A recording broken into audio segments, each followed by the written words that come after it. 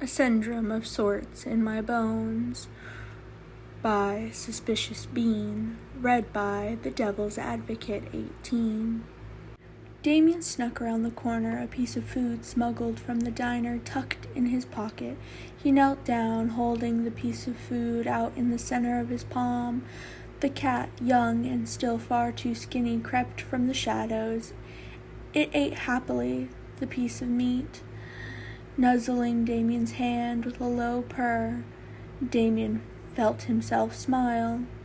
Damien was not sneaky enough, not subtle enough. He wasn't sure how long his mother had known about the cat. She waited, though, waited until it would be useful. "Mother, please, don't. I will be stronger.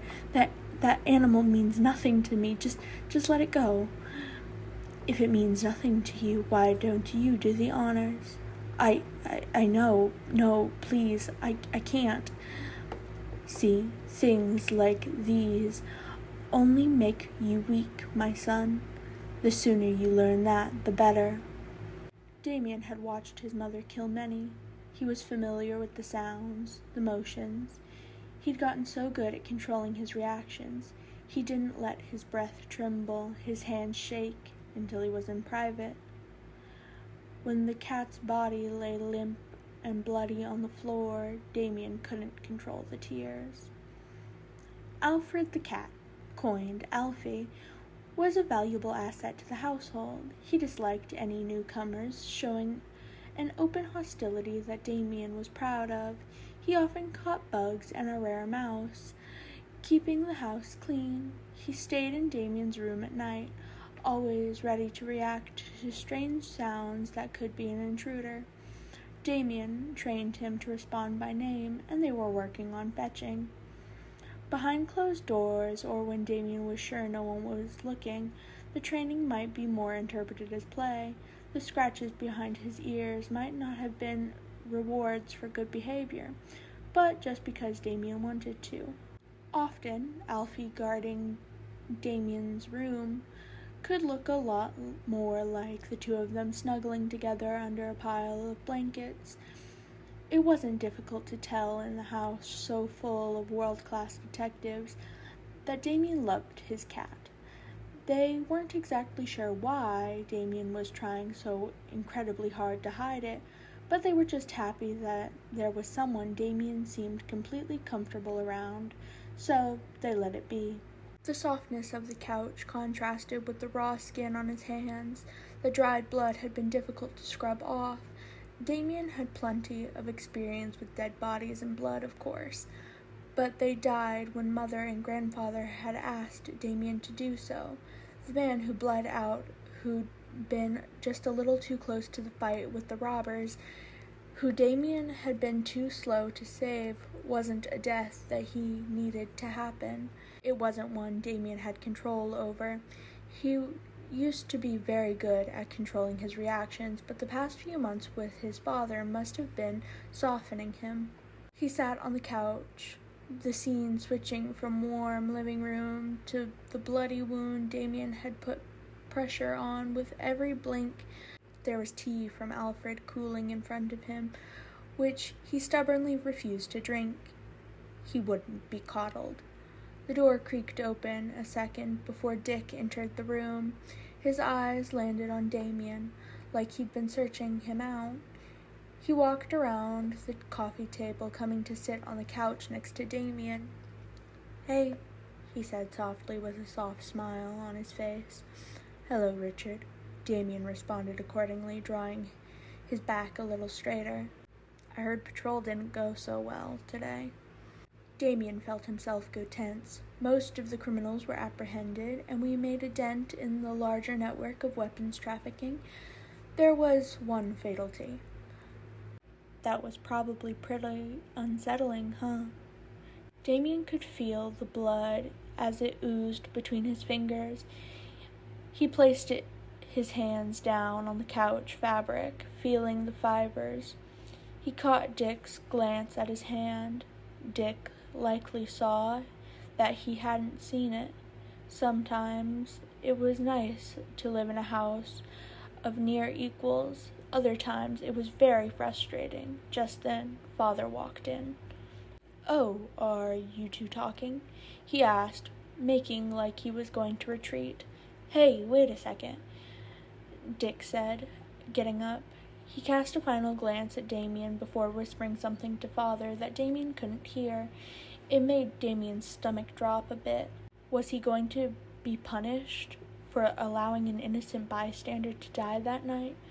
Would they be angry that he was acting strangely, allowing the death to affect him? Dick sat back down, asking hesitant questions, while Damien tried to calm himself down. So far, living in the manor, Father was very, very different from the League. He didn't let himself wish that there was going to be no punishments, though. If he'd made a mistake, he deserved whatever his father believed was right. When the door was pushed open, Damien was ready to face the consequences. When Damien saw his father walk through the door with Alfie in his arms, he sprang up from the couch like he wasn't sure what he was trying to do. There was no reasoning with father or mother or any of them. He knew that. Dick called his name from behind him, but it was lost in the swirling of his mind. "Wait, Father, please, don't hurt him. I'm sorry for tonight. I swear I can be better. I will be better." He kept rambling, throwing out promises he knew were false.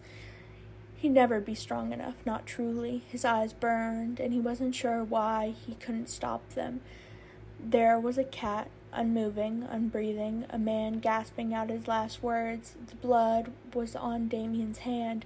If Alfie got hurt because he should have known, he messed up. Hands were guiding him to sit down, and something soft and warm was placed into his arms. He shook as he held on, breathing into the warmth on his chest. It took him a few moments to realize there were voices trying to reach him, a strong presence on one side, and a hand on his back, lightly placed down. "That's it. Take some deep breaths. It's okay. You're good." Dick's voice spoke softly, evenly. Damien blinked, looking down, realizing Alfie was in his arms, bright green eyes looking up at him. He looked to his right to see his father, his arms now wrapped around his shoulders. He tried to stop the tears of relief that the cat was in his hands, that he could feel his steady breaths, but a few slipped out. He buried his face into the cat's side, deciding he'd give him a few treats later for allowing Damien to wet his fur. "Can you hear us, Damien?"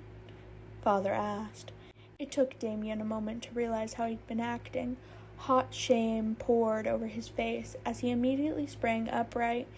He couldn't bring himself to let the cat out of his arms, though unbecoming as it might be. "Yes, Father." His father lowered his head a bit to meet Damien's eye level. "Good, because this is very important." He held Damien's eyes for a silent moment.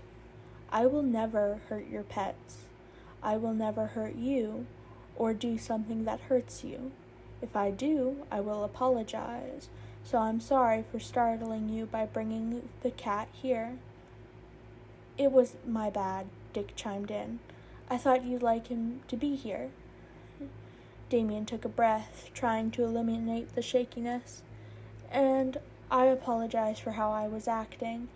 I was being very irrational tonight. I will try and eliminate any sort of behavior from now on." "No, Damien, that's not..." Father looked from Damien to Dick, seemingly at a loss for words. Dick gave a small nod. "It's okay, Damien. When you have feelings, you're allowed to express them. Say them out loud if you want. You didn't do anything bad or wrong. That man died and I couldn't save him. You did everything you could." "But then Damien let his words fall off, feeling his neck heat up. "Go ahead, Damien." Father tried for a smile. "I wasn't able to control myself after. I'm proficient in dealing with injury and death, so I shouldn't have any issues, but it just keeps feeling..." With his hands pressed into Alfred's fur, the sensation didn't come back. "That happens to me too, Damien," Father said. Damien stared in shock for a minute, internally flailing on the rather sheepish look on his father's face. Sometimes it's hard to get the image out of your head, even after years of this line of work. It's okay. Damien mulled over it for a moment.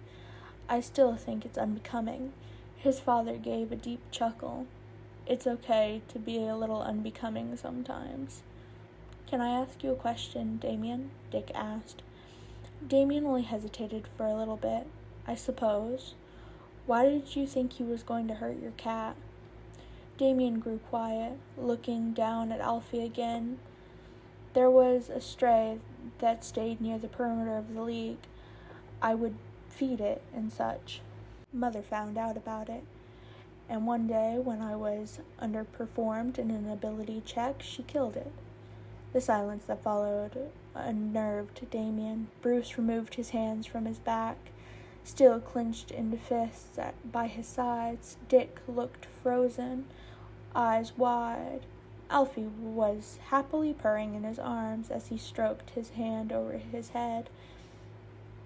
I wasn't allowed to have any pets anyways, Damien mumbled, and I shouldn't have grown so attached to it. It made me weaker. When you have Alfie in your arms, do you feel weaker or stronger? Dick asked. Damien furrowed his brows. He felt safer, maybe a bit steadier. I don't know if stronger is the right word, but I don't think weaker is either. I'll take it, Dick said. Damien wasn't exactly sure what he meant by it. Damien, Father said, and Damien turned his head. There was a slight quiver of his father's features as he placed a hand lightly on Damien's shoulder. I'm sorry she did that. That wasn't fair. It wasn't something you deserved. I hope you can believe me when I say that. It's certainly a nice sentiment, Damien relented. I'm very happy to have Alfred the cat. He is loyal and a good companion. I agree. Father lifted his hand toward Alfie, and Damien flinched, holding him tighter in his arms. Father paused. Would it be okay if I pet him? Father asked. Damien gave a slow nod, eyes still trained on the hand that slowly moved closer, and images of his neck snapping and a blade running through his gut flashed through Damien's mind. Father gently let his knuckles run against Alfie's cheek, and Alfie nuzzled into his hand. Damien gave a shaky sigh, tension fading a bit. He glanced at his father's face and observed a small smile towards the cat. Damien felt his eyes burn again. An old memory, one where Damien had gone to bed dreaming of a world where he'd shown the strayed cat he'd found to his mother, and she'd welcomed it in. He'd gotten to sleep with Damien every night, and he'd train it to fight, and his mother would want to feed it the same as him. He hadn't gotten what he wanted. This, though, this wasn't so bad.